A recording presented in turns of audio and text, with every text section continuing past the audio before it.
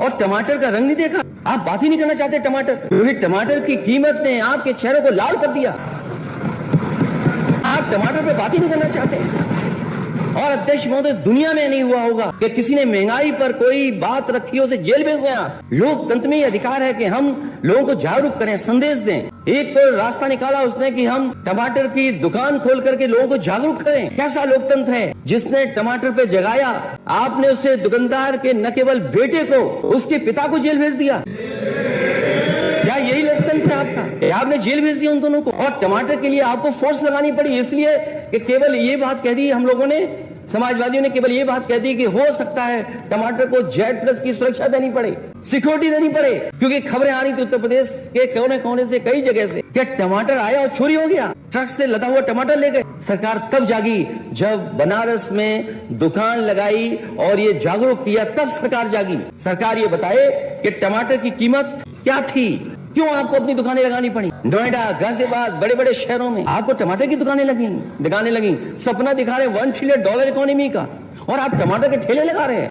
हालांकि एक अंग्रेजी में कहावत है, क्योंकि अंग्रेजी अखबार में आपने इंटरव्यू दिया है, चैरिटी बिगिंस एट होम। उसको किस रूप में आप कह रहे हैं वो भी एक इंटरप्रिटेशन है। नेता सदन प्रदेश को तो बाद में ठीक करें, कोई गली ऐसी बता दो गोरखपुर की जिसमें पानी न भरा हो, आज कोई सड़क ऐसी है जिसमें पानी जल भराव न हुआ हो। तब अध्यक्ष महोदय, नेता सदन 6.5 साल से मुख्यमंत्री हैं और अपने शहर का जल भराव नहीं ठीक कर पा रहे हैं, तो कोई कैसे उम्मीद करेगा कि प्रदेश में बाढ़ पे भी नियंत्रण हो जाएगा और सूखे में भी पानी मिल जाएगा। जो लोग अपना घर नहीं ठीक कर सकते, वो दूसरों का घर कैसे ठीक करेंगे। और कहा क्या गया था कि किसान की हम आय दोगुनी कर देंगे। किसान की आय दोगुनी, किस फसल की आय दोगुनी हो गई?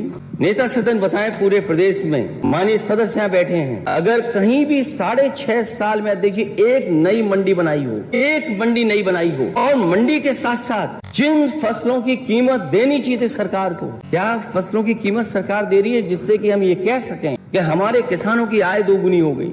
मुझे याद है जिस समय आलू की फसल थी, कोई दिन ऐसा नहीं गया जिस दिन आलू की शिकायत कोने कोने से ना आ रही हो। सरकार ने कहा कि हम आलू खरीदेंगे, बजट में हेड खोला आलू खरीदने के लिए। आज नेता सदन बताएंगे कि सरकार ने आलू कितना खरीदा और अब निकलने का समय है। यहाँ हमारे माननीय सदस्य क्षेत्र में जाते होंगे, आलू का क्या भाव मिल रहा है?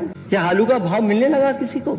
और अगर अभी कोल्ड स्टोर से आलू नहीं निकलेगा, बाजार में भाव नहीं मिलेगा, तो नेता सदन ये भी बताएं कि कितने दिन बाद दूसरी फसल आ जाएगी। अभी मक्का का सीजन था, क्या सरकार ने मक्का खरीदी जो सड़ गई? क्या उसकी मदद की सरकार ने? और धान की तैयारी सरकार के पास क्या है कि अगर सरकार को खरीद करनी पड़ेगी तो क्या तैयारी? पिछली तैयारी तो हम लोगों ने भी देखी है। और गन्ना जिन क्षेत्रों में है, हमारे RLD के माननीय सदस्य जानते होंगे, ये जितने बैठे लोग हैं, बताइए गन्ने का पेमेंट हो गया आपका? सरकार कहती है हमने इतना पेमेंट किया है, लेकिन सरकार ये भी तो बताए कि हमारा बकाया इतना है।